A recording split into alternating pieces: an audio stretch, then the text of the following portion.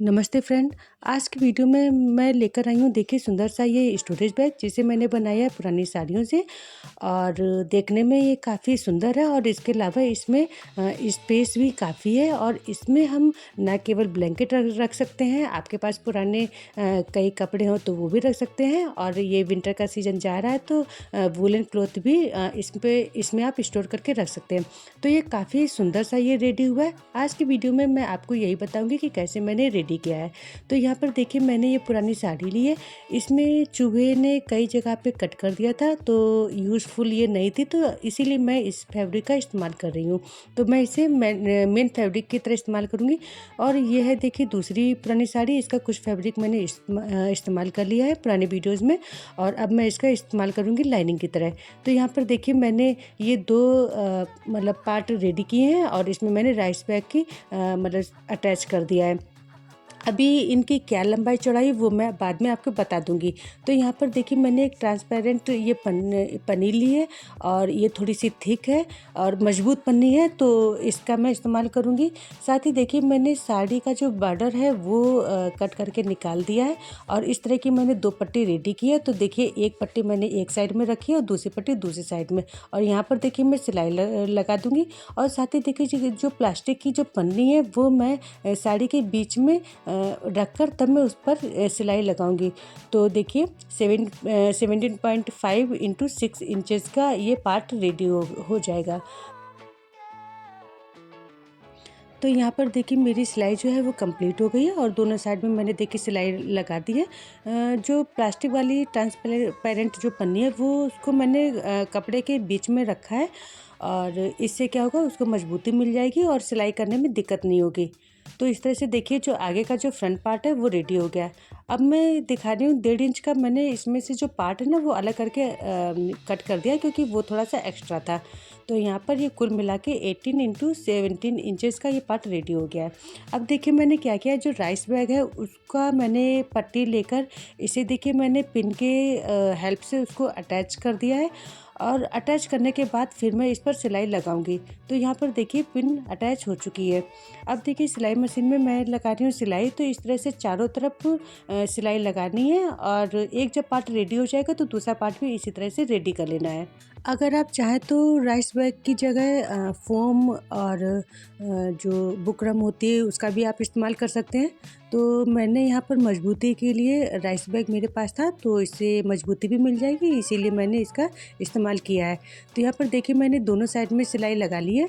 और ये देखिए, एक बड़ा सा पार्ट है मेरा रेडी हुआ है। इसमें मैंने क्या किया है, जो मेन फैब्रिक है उसकी मैंने देखिए डबल फोल्ड करके लगाया है, और ये देखिए लाइनिंग वाला मैंने पोर्शन है वो इसमें अटैच कर दिया और बीच में राइस बैग को रखा है।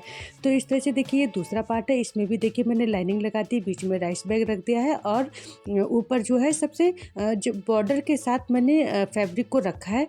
और ये देखिए तीसरा पार्ट है, तो इसमें भी मैंने देखिए लाइनिंग को अटैच कर दिया है। और सभी भी मैंने अभी पिन लगा दिए, सिलाई अभी मैं करूँगी तो वो मैं आपको दिखा दूँगी। तो यहाँ पर देखिए, इस तरह से मोड़ते हुए कपड़े को और इसमें चारों तरफ से सिलाई लगा देनी है, मतलब दोनों पार्ट में सिलाई कर लेनी है।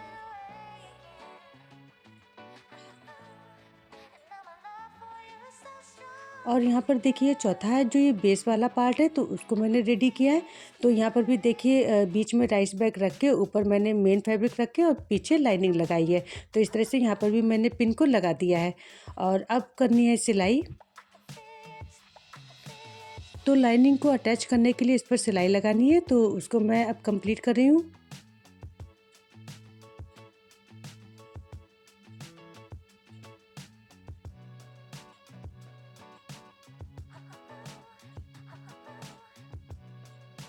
तो देखकर यहाँ पर ये मेरी सिलाई कंप्लीट हो गई है, और इस तरह से देखिए ये पार्ट रेडी हो गया है। सिलाई करने के बाद मैंने पिन को यहाँ से हटा दिया है, रिमूव कर दिया है सारी पिनों को। और देखिए ये पार्ट पे भी मैंने सिलाई लगा दी है। इन सब पार्ट की लंबाई क्या है वो मैं आगे अभी बता दूँगी। तो पहले आप ये देख लीजिए कि मैंने कौन-कौन से पार्ट रेडी किए हैं। तो ये हो गया चारों तरफ, जो बेस के चारों तरफ लगेगा वो वाला पार्ट है, और ये वाला पार्ट है जो ऊपर से लगेगा, मतलब फ्लैप वाला काम करेगा। तो इस तरह से ऊपर को कवर करने के लिए इस पार्ट को बनाया गया, और ये वाला जो पार्ट है वो बेस का पार्ट है। तो यहाँ पर ये नीचे साइड में लगेगा। तो इस तरह से देखिए अब मैं आपको बता रही हूँ। यहाँ पर मैंने 17 इंटू 49 इंचेस का मैंने पार्ट बनाया है। और लेकिन एक चीज़ आप ज़रूर ध्यान करिएगा कि जब आप इसको कट करेंगे तो 1 इंच आप ज़्यादा लेंगे, क्योंकि सिलाई में थोड़ी सी होने के बाद इसमें थोड़ी सी लेंथ और जो चौड़ाई होती है वो थोड़ी कम हो जाती है। तो सभी पार्ट में आप 1 इंच एक्स्ट्रा लीजिएगा। तो इस तरह से देखिए ये भी 18 इंटू 17 इंचेस का पार्ट रेडी हुआ है, और ये नीचे का पार्ट है, मतलब बेस का पार्ट है। तो यहाँ पर भी देखिए 19 इंटू 14 इंच का ये पार्ट रेडी हो गया है। और ये ऊपर का पार्ट है जो कवर करेगा, मतलब फ्लैप है ये। तो यहाँ पर भी देखिए मैंने यहाँ पर स्क्रीन पे बता दिया कि ये कितनी मतलब लंबाई चौड़ाई, तो सारे पार्ट की मैंने देखिए लंबाई चौड़ाई आपको बता दी है। इसके बाद देखिए जो फ्रंट वाला पार्ट है उसको मैं, जो सबसे बड़ा पार्ट है उससे मैं इस तरह से सीधी सिलाई लगा दूंगी। ये मतलब बाहर की तरफ सिलाई रहेगी, बाद में इसमें पट्टी लगा के इसको कवर करना है। तो इस तरह से देखिए दोनों साइड में मैं सिलाई लगा दूंगी। तो यहाँ पर देखिए मेरी सिलाई कंप्लीट हो गई है। और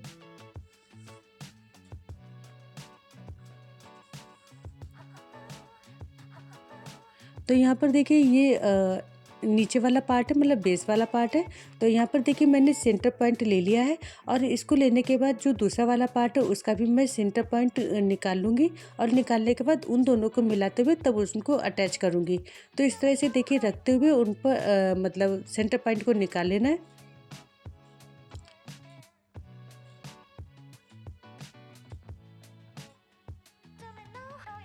तो यहाँ पर देखिए मैंने मार्क कर दिया, और दोनों के सेंटर पॉइंट को मिलाते हुए तब सिलाई लगानी है। तो इस तरह से क्या होगा, हमारे चारों तरफ से सिलाई अच्छे से लग जाएगी। अगर कुछ एक्स्ट्रा पार्ट होता है तो वो भी कट करके निकाल दिया जा सकता है, लेकिन सारा मैंने जो पार्ट है वो नाप करके निकाला है, तो इसीलिए इनकी जो लंबाई चौड़ाई वो परफेक्ट है।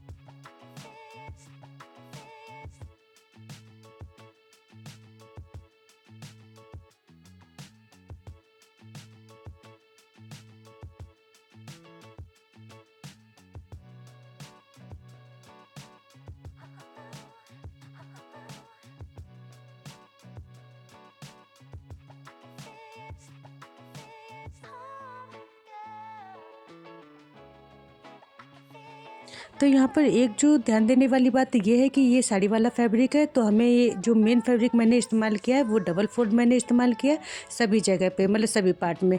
और जो मैंने लाइनिंग के लिए इस्तेमाल किया वो मैंने सिंगल मतलब उसकी जो फोल्ड है वो मैंने इस्तेमाल की है। तो इससे क्या होगा कि लुक अच्छा आएगा, क्योंकि राइस बैग अंदर से दिखाई देगा तो अच्छा नहीं लगेगा, क्योंकि साड़ी का कपड़ा काफ़ी हल्का होता है।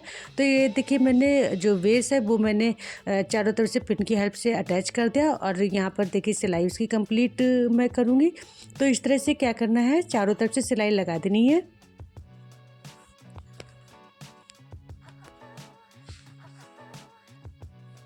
ये काफ़ी मैं आपको ईज़ी तरीके से बता रही हूँ कि किस तरह से आप एक बड़े साइज़ में स्टोरेज बैग बना सकते हैं, जो काफ़ी मजबूत भी होगा और जो देखने में भी काफ़ी अच्छा लगेगा। तो एक बार आप ज़रूर इस चीज़ को ट्राई करिएगा।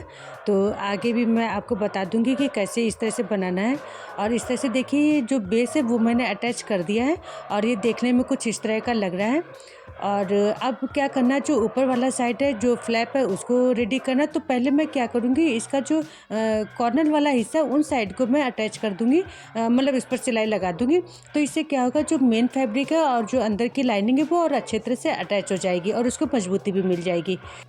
तो देखिए जो फ्रंट वाला एरिया है इसका जो रफ़ एजेस है उसको कवर करने के लिए देखिए मैंने जो बॉर्डर वाली पट्टी वो मैंने कट करके निकाल दी है, और इसको मैं डबल फोल्ड करते हुए तब इस पर सीधी सिलाई लगा दूंगी, और उसके बाद उसको मोड़ते हुए उसको फिर सिलाई लगा देंगे। लेकिन सबसे पहले मैं क्या करूँगी, जो कॉर्नर वाले जो मतलब हिस्से हैं उन पर मैं सिलाई इस तरह से लगा दूँगी। तो आधी इंच की मार्किंग करते हुए इस तरह से सीधी सिलाई लगा देनी है। तो चारों तरफ जो साइड्स हैं उन सबको इसी तरह से सिलाई लगानी है। तो हमारे पास कई तरह की इस तरह से साड़ियाँ पड़ी रहती हैं जिनका या तो हमें फैब्रिक नहीं पसंद होता है या जिसका मतलब प्रिंट वगैरह नहीं पसंद होता है या जो कहीं पर डैमेज है या किसी की लेंथ कम है या उसकी चौड़ाई कम है, तो इस तरह से कई सारी साड़ियाँ पड़ी रहती हैं। तो इस तरह से आपके पास साड़ी हो तो आप अच्छे से स्टोरेज बैग्स आप बनाकर मतलब काफ़ी यूज़फुल सामान आप बना सकते हैं अपने घर के लिए, और ना केवल मतलब वो यूज़फुल आपके लिए रहेंगे बल्कि आपके पैसों की भी बचत होगी और जो हमारे पास साड़ियाँ वगैरह होती हैं उनका भी अच्छे से रीयूज़ हो जाता है।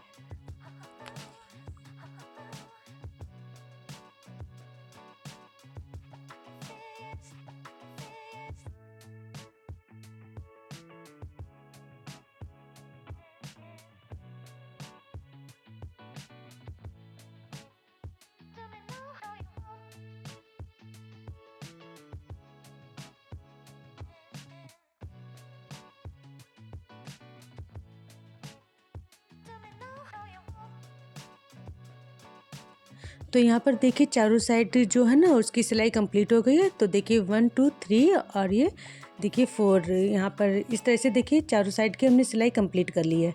और अब हमें क्या करना है, जो रेड वाला पार्ट है उसका जो रफ एजेस है उसको कंप्लीट करने के लिए मतलब उसको कवर करने के लिए इस तरह की पट्टी का हम इस्तेमाल करेंगे। तो देखिए मैंने जो बॉर्डर वाला हिस्सा है वो मैंने कंप्लीट मतलब कट करके निकाल दिया है और उसकी जो डबल फोल्ड करके मैं यहाँ पर वो पट्टी इस तरह से लगाऊंगी और सीधी देखिए सिलाई चला देनी है। और यहाँ पर अगर डबल फोल्ड पट्टी का आप अगर इस्तेमाल करते हैं तो उससे क्या होगा, फिनिशिंग अच्छी आएगी और उसको मजबूती भी ज़्यादा अच्छे से मिल जाएगी। तो इस तरह से मोड़ते हुए देखिए यहाँ पर फिर ऊपर से सिलाई लगा देनी, तो हमारी इस तरह से पट्टी जो है ना वो अटैच हो जाएगी। और सेम इसी तरह से जो दूसरा वाला साइड है उसको भी हम कंप्लीट कर लेंगे।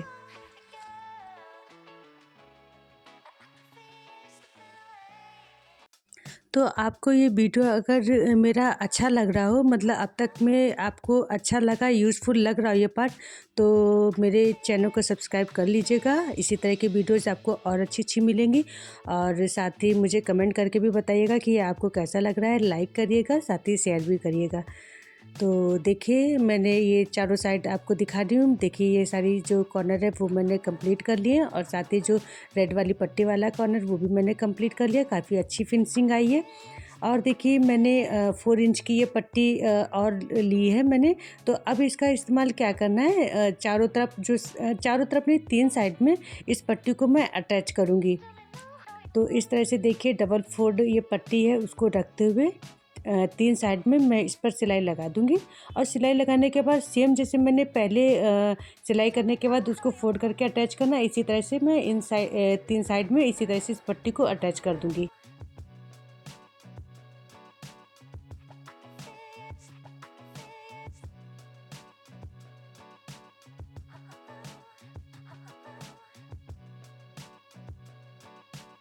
तो यहाँ पर देखिए मैंने 3 साइड में ये सिलाई लगा मतलब अटैच कर दिया पट्टी।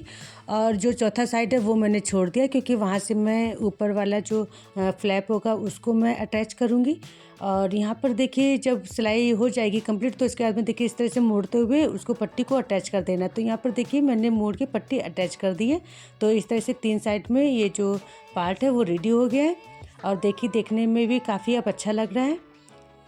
और उसके बाद देखिए जो फ्लैप है उसको मुझे कंप्लीट करना है। तो सेम वही प्रोसेस यहाँ पर भी होगा। और पट्टी का डबल फोल्ड है वही मैं इस तरह से सिलाई लगा दूँगी सीधी, और सेम फिर वही उसी तरह से मोड़ते हुए यहाँ पर भी पट्टी वाला काम कंप्लीट कर लेना है।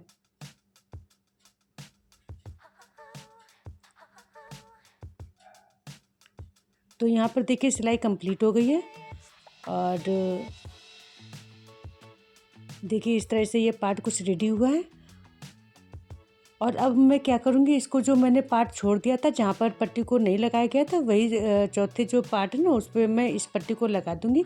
लेकिन उससे पहले मैं क्या करूँगी, देखिए जो बेस वाला पार्ट है उसको भी कंप्लीट करना है। तो सेम उसी मेथड से देखिए पट्टी यहाँ को भी मैंने अटैच कर दिया है। और इस तरह से देखिए पूरा ये रेडी हो गया है।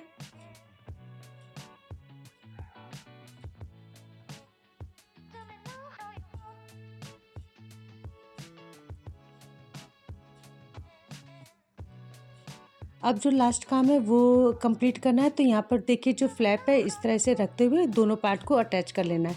तो पहले पिन की हेल्प से भी आप इसको अटैच कर सकते हैं, नहीं तो आप इसको डायरेक्ट सिलाई भी लगा सकते हैं। तो इस तरह से देखिए मैंने सिलाई कंप्लीट कर ली है और करने के बाद सेम वही मेथड है, पट्टी को यहाँ पर भी अटैच करना है।